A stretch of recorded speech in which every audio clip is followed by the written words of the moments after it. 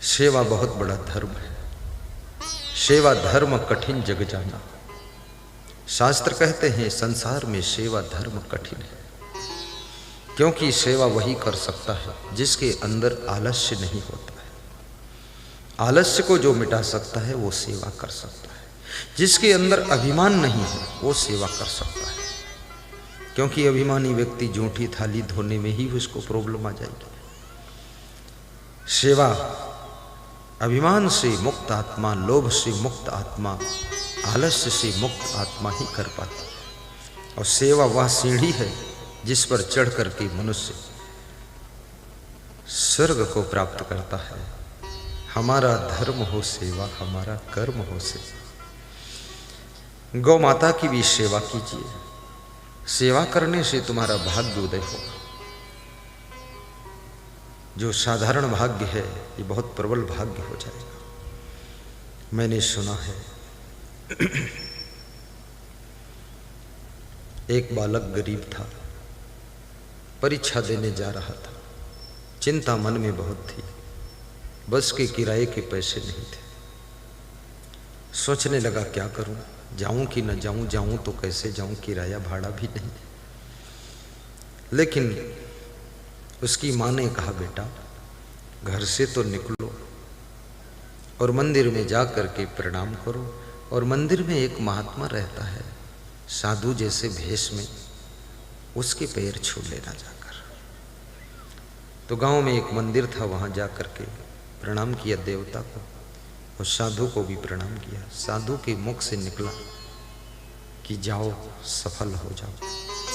नौकरी के लिए जा रहा था, एग्जाम देना था, इंटरव्यू था। रिटन परीक्षा पास कर चुका था, इंटरव्यू पास करना था। तो उसने कहा महात्मा जी आप हमें आशीर्वाद तो दे रहे हैं लेकिन किराए भाड़े के पैसे भी नहीं, तो क्या करूं। तो महात्मा के पास में जितने पैसे थे सब दे दिया उसने, ले जाओ तुम। महात्मा के पैसे लेकर वो गया, इंटरव्यू दिया, इंटरव्यू में पास हो गया, सिलेक्शन हो गया। वहां से लौट कर आया, महात्मा जी से फिर नहीं मिला, न मंदिर पे गया। 2-4 दिन तो खुशी मनाता रहा, माँ के पास रहा। फिर एक दिन मन में हुआ कि ज्वाइनिंग करने से पहले कम से कम महात्मा के पांव फिर छू लूं, मंदिर के देवता के पांव छू लूं। तो वहां फिर गया तो वहां देखा वो महात्मा मरा पड़ा हुआ है। तो लोगों ने पूछा कि तुम्हें तो आशीर्वाद दिया था, तुम्हारा काम हुआ? बोले हम तो सिलेक्ट हो गए, सर्विस मिल गई।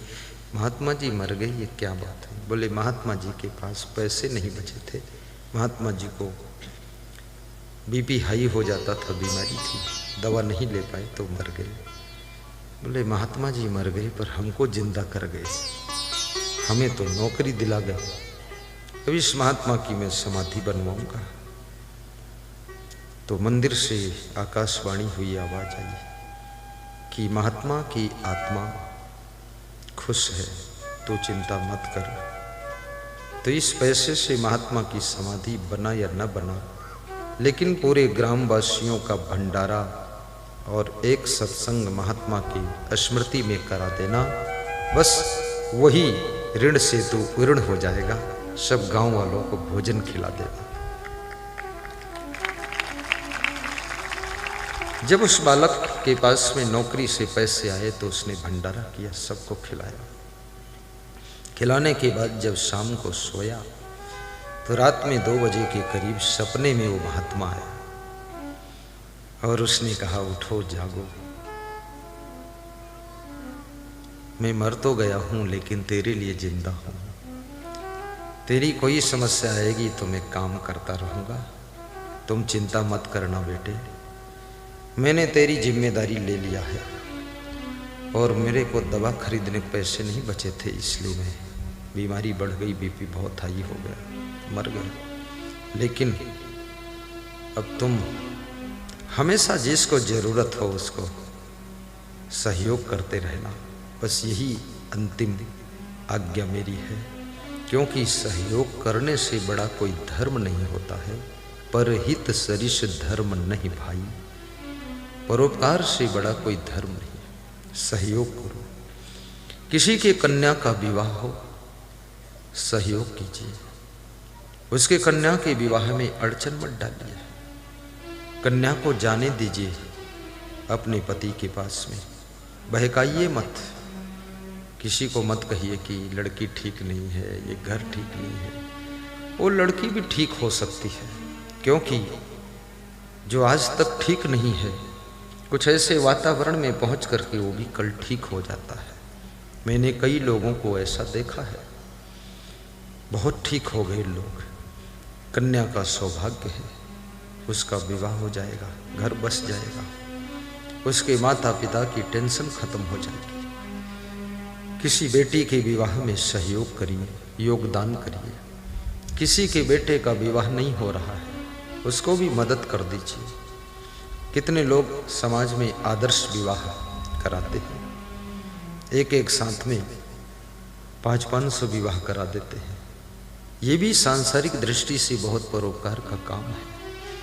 और सत्संग कराना, जैसे ये शाहू परिवार आज ये सत्संग समागम करा रहे हैं, ये थोड़ा परोपकार नहीं है।